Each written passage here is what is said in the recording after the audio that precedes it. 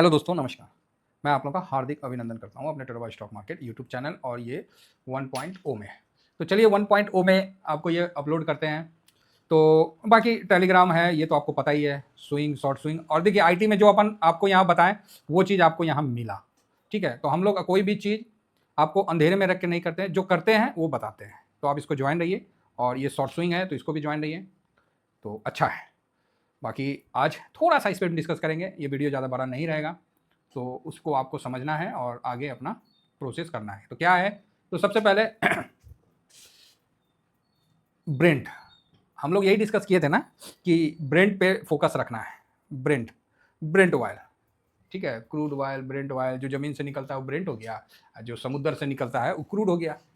तो कुल मिला के ये एकदम करिया होता है महाराज, उसको अगर दे दिया जाए ना तो आप बोलिएगा सर ये अलकतरा दे दिए क्या हैं? आप क्या बोलिएगा कि सर ये अलकतरा दे दिए हैं। तो चलिए, जो है कहानी बात की बात है, ब्रेंट ऑयल में 20% का आज तेजी दर्ज किया गया। तेजी ऐसा कि देख के सांसें थम गई भाई साहब। 120 के आसपास गया था और वहां से ये औंधे मुंह गिर के, अभी देखते हैं सपोर्ट कहां लेता है, 90 पे लेता है या 100, अभी फिलहाल तो 103 पे चल रहा है, ये फ्यूचर है। तो अब इसको रही बात, सर इसको हम डायरेक्ट ट्रेड नहीं कर सकते हैं, तो नहीं कर सकते हैं, नहीं कर सकते हैं तो नहीं कर सकते हैं। अब 20% ये भागा, इसको हम लोग खरीदते हैं किससे? OLI ETF से। अब इसमें भी देखिएगा, थोड़ा लॉजिक है, समझने का कोशिश करिएगा, कोई बहुत बड़ा महाभारत नहीं है, बच्चा जैसा है। OLI ETF भाई साहब, ये तो 2.5% डाउन है और वो तो 20% भागा, तो ये क्यों नहीं भागा? तो कॉमन सेंस की बात है कि स्टेट ऑफ हार्मोन ठीक है, वो ईरान का कारण जो भी है और अमेरिका जो भी चल रहा है वो ठीक है। अमेरिका के लिए बेनिफिट हो गया कि भाई जो $60 में क्रूड और ब्रेंट बिक रहा था वो आपको 120 चला गया, तो गजब का मतलब तेजी हुआ। तो ऐसा नहीं है कि ब्रेंट आप उसको रिफाइन करना पड़ता है, जो जामनगर में होता है हम लोग का। तो इस सेंस में ना थोड़ा सा लॉजिक बात करते हैं। ब्रेंट अगर बढ़ गया तो तेल का दाम बढ़ गया। ऐसे भी आप देखें कि भारत में गैस का दाम 60 रुपया बढ़ गया। अब रही बात तेल का दाम, तेल का दाम बढ़ता है कि नहीं बढ़ता? अगर तेल का दाम बढ़ता है तो फिर तेल कंपनियों को फायदा होगा, और जब तेल कंपनियों को फायदा होगा तो फिर आपको इस ETF में भी आपको बेनिफिट नजर आएगा। बात समझ में आ रही है? जब तेल कंपनियों को फायदा होगा तब आपको यहां बेनिफिट आएगा। बट यहां क्या हुआ, यहां तो कच्चा रॉ मटेरियल ही क्रूड होता है या ब्रेंट होता है, वही महंगा हो गया, तो तेल कंपनी को काहे का फायदा? बाबा जी का ठल्लू, मतलब ही नहीं फायदा होगा, और जब उसको फायदा नहीं होगा तो फिर बाजार कैसे खींचेगा? इसलिए ये माइनस में है। दूसरा पॉइंट, स्टेट में चुनाव है, शायद कहाँ है, तमिलनाडु में है कि साउथ में, जो भी है, बंगाल में भी आने वाला चुनाव है। इस समय मौजूदा सरकार अगर तेल का दाम बढ़ाता है तो फिर विपक्ष हावी हो जाएगा, सबको मुद्दा मिल जाएगा कि भैया महंगाई मार दिया, ये हो गया, वो हो गया। बाकी आपका तेल का रेट अलग अलग स्टेट में अलग अलग भाव में है। बाकी मेरे को 2-3 स्टेट का पता है तो मैं बता देता हूँ। जैसे हम लोग का जमशेदपुर में टाटा में 97.50 समथिंग, इसी का अप्रॉक्स है, 98 नहीं है। यही चीज़ आप बंगाल में चल जाइएगा तो 105 है या 103 ऐसी है, हाँ 105 है ऐसी है, ठीक है, इसी के अप्रॉक्स आसपास है। यही आप बिहार में चल जाइएगा तो 108 है। यही आप उड़ीसा में चल जाइएगा तो मे बी 103 या 2 के आसपास है, ऐसी है। तो इन स्टेट का तो मुझे पता है। तो झारखंड में तेल फिर भी काफ़ी सस्ता है ना? तो अगर तेल में बढ़ोतरी होता है, डीजल, पेट्रोल, इससे क्या हो रहा है, जो पेट्रोल वाली कंपनियां हैं, चाहे पेट्रोल पंप है, वो नया माल ले नहीं रहे, मतलब नया माल नहीं, मतलब पब्लिक को माल दे रहे हैं लेकिन थोड़ा सा वेट करा के दे रहे हैं। उनको ऐसा लग रहा है कि कहीं ऑर्डर आ गया तो पिछला उनका सस्ता में खरीदा हुआ माल है, तो वो माल आपको यहाँ मजा आ जाएगा, मतलब उनको बेनिफिट हो जाएगा। जो भी 2-4-5 रुपए का बढ़ गया तब तो कमाल ही हो गया उनके लिए। तो हजारों लीटर तेल उनके टैंकर में रहता है, तो उतना वो उनको बेनिफिट हो जाएगा। अब उनको बेनिफिट होगा तो इससे कंजम्पशन पे असर पड़ेगा, पूरा इकोसिस्टम में। ये मतलब जैसे तेल जो है ना, जस्ट लाइक ब्लड है, पूरा बॉडी में ब्लड का काम करता है। जैसे ब्लड नहीं है, नस में जाता है, गोर हाथ में जाता है, कपार में जाता है, माथा में जाता है, तो उसी प्रकार जो तेल है, इससे पूरी इकोनॉमी चलती है। चाहे सब्जी लाना हो, चाहे खेत में पटाना हो, या फिर कोई भी XYZ, चाहे सब में तेल।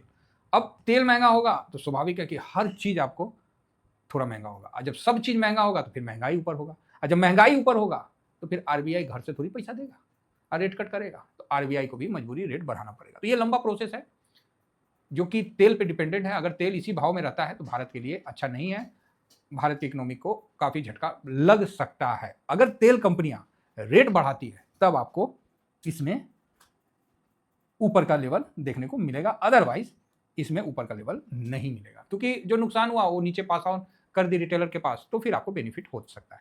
इसलिए मेरे पास ये ETF अभी मौजूदा स्थिति में नहीं है। पोजीशन क्यों नहीं बना है? क्योंकि तेल सस्ता मिल रहा था। अभी क्या पेंट कंपनियां देखिए अपना रेट बढ़ाना शुरू कर देगी। 4 साल से 3 साल से एक भाव में वो ले रही थी तो कुछ नहीं, लेकिन जहां कुछ हुआ तो वो प्रॉफिट लेके और तुरंत रिटेल में पब्लिक को पे पास ऑन करेगी। जब पब्लिक पे पास ऑन करेंगी कंपनियां तो बेनिफिट जाएगी, लेकिन महंगाई बढ़ेगा। समझ रहे ना? तो इन चीज़ों को समझिए। और यहाँ पर ही जो फैक्ट आया है निकल के सामने कि अगर कंपनियां तेल का दाम बढ़ाती है तब तो यहाँ बेनिफिट होगा, नहीं होगा नहीं तो तब तक हम लोग को शांत भाव में रहना है। तो अब रही बात इस पे बाइंग सेलिंग की, तो कोई विशेष बाइंग मुझे नहीं दिखा, फिर भी मैं चेक कर लेता हूँ। जैसे OLI ETF, अब इसमें क्या हो जाता है, हम इस पर भी और चर्चा करेंगे। जिस तरह OLI ETF, तो इसका आज का हाई जो भी है ये देखिए, ये ट्रेड वैल्यू इसका 7.08 है और डिलीवरी पोजीशन 48% है। तो कोई ज़्यादा तो विशेष नहीं हुआ, यही कारण है कि आज ये सामने हीरो में नहीं आया, बल्कि अपना नॉर्मल 2.5% 3% जैसे सारे गिरे हुए हैं, ये भी गिरा हुआ है। रही बात इसमें कौन कौन सी कंपनियां आती है, उस पर अगर फोकस करना है तो एक नज़र आप उस पर भी देख लीजिए। OLI ETF में पोर्टफोलियो में क्या क्या होल्डिंग है जस्ट आपको मैं दिखा देता हूँ। तो गैस ने तो पास आउट कर दिया है 60 रुपया। अब इस पे देखते हैं 15 होल्डिंग है। देखिए रिलायंस, आज रिलायंस ठीक रहा है, तो रिलायंस में 30% का वैल्यू है। अब RBI का जो रेट आया है, सेबी ने जो पॉलिसी निकाला है उसमें इसको 20% करना है, इतना नहीं रहेगा, 20% करेगा, तो पोजीशन इसका कम होगा आने वाला समय में। बाकी ONGC ये आप देख ही रहे, गेल ऑयल, तो ये सब इसके अंदर आता है। अगर किसी को करना है तो कर सकते हैं, मेरा उसमें कोई अपना पर्सनल मतलब मेरा इन्वेस्ट करने का व्यू नहीं दे रहा हूँ, और क्योंकि मैं कोई सेबी रजिस्टर तो हूँ नहीं, तो ये चीज़ आपको पहले ही बता दूँ। बाकी रिटर्न के मामला में बहुत ज़्यादा ऐसा कोई तोड़ फोड़ नहीं दिया है, और इस पर हमेशा एक गाज, मतलब इसके गले में एक पट्टा लगा रहता है, वो सरकार का रहता है, तो सरकार का फोकस हमेशा यहाँ रहता है। तो इससे आप सोचोगे कि बहुत ज़्यादा बूम हो जाए या ऐसा हो जाए वैसा हो जाए, नहीं होगा। तो अब आप बोलोगे सर कमोडिटी में हम कर सकते हैं ना? हाँ, कमोडिटी में आप क्रूड को कवर कर सकते हैं, लेकिन अफसोस कि मैं ना इंट्राडे करता हूँ और ना किसी प्रकार का इसके लिए कोई भी आपको गाइडेंस देता हूँ। तो मैं इसमें वेट एंड वॉच में है, तो देखते हैं कि अगर कोई मिलता है पॉजिटिव व्यू तो मैं ज़रूर आप लोगों को पास ऑन करूँगा और ज़रूर बताऊँगा, इसमें कोई डाउट नहीं है। बाकी इसका जो सपोर्ट है, देखिए सपोर्ट इसका 1144 पे है और वर्तमान में चल रहा है 1165। तो एक बार 1144 का अगर आता है तो बेटर है। बाकी रेसिस्टेंट 200 मूविंग एवरेज 1207 पे चल रहा है, तो इसको आप देख के रख सकते हैं। जिनका इन्वेस्ट है, मैं ये भी नहीं कह सकता हूँ कि आप इसके साथ बने रहिए, इसका ठीक ठाक रिटर्न बनता है, बहुत ज़्यादा आप सोचोगे तो नहीं बनता है। और फिलहाल ये भी ऊपर से अपने हाई से मोटा मोटी अभी 15% डाउन है। तो अभी के टाइम में तो हर ETF आपको इतना डाउन मिल ही जा रहा है 15%, तो वहाँ भी अपॉर्चुनिटी दिखा जा सकता है। बाकी मेरे तरफ से तो ये व्यू था जो कि मैंने आपके सामने रख दिया। तो थैंक यू वेरी मच। जय हिंद, जय भारत।